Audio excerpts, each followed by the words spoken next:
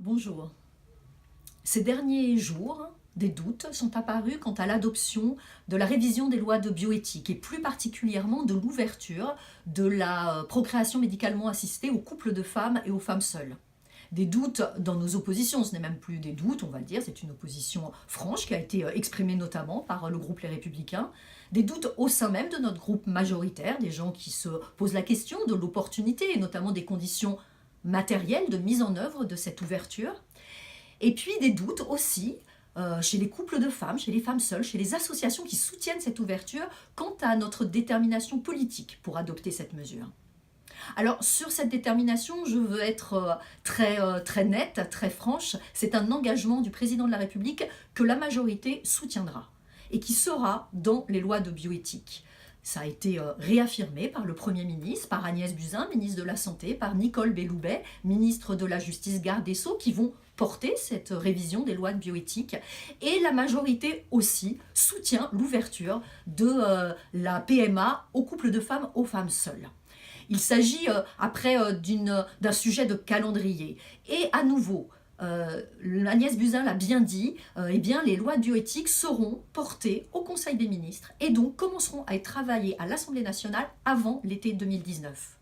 Je fais partie de ceux qui pensent que cette loi doit être adoptée dans les meilleurs délais, avant la fin 2019, parce que je sais qu'il s'agit de situations humaines, des femmes qui peuvent se marier depuis la loi 2013, d'autres qui sont en couple, qui ne sont pas mariées, mais qui veulent faire famille.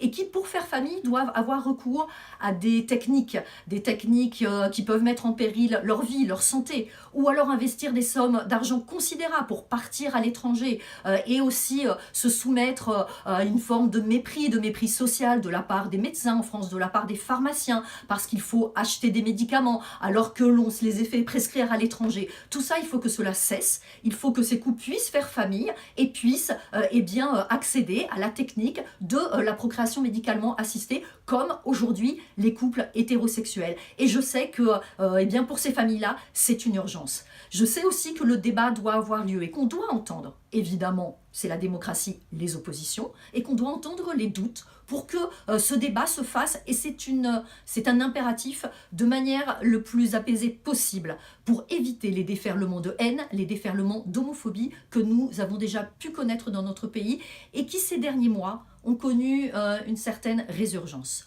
Donc voilà, je sais que le débat parlementaire peut prendre du temps, donc oui, l'adoption de la loi peut aussi avoir lieu en 2020 en fonction de la longueur de ce débat parlementaire, mais vous pouvez compter sur ma détermination pour que nous fassions droit à cette urgence humaine, à cette urgence naturelle et à cette urgence politique pour que les débats se fassent de manière apaisée mais déterminée.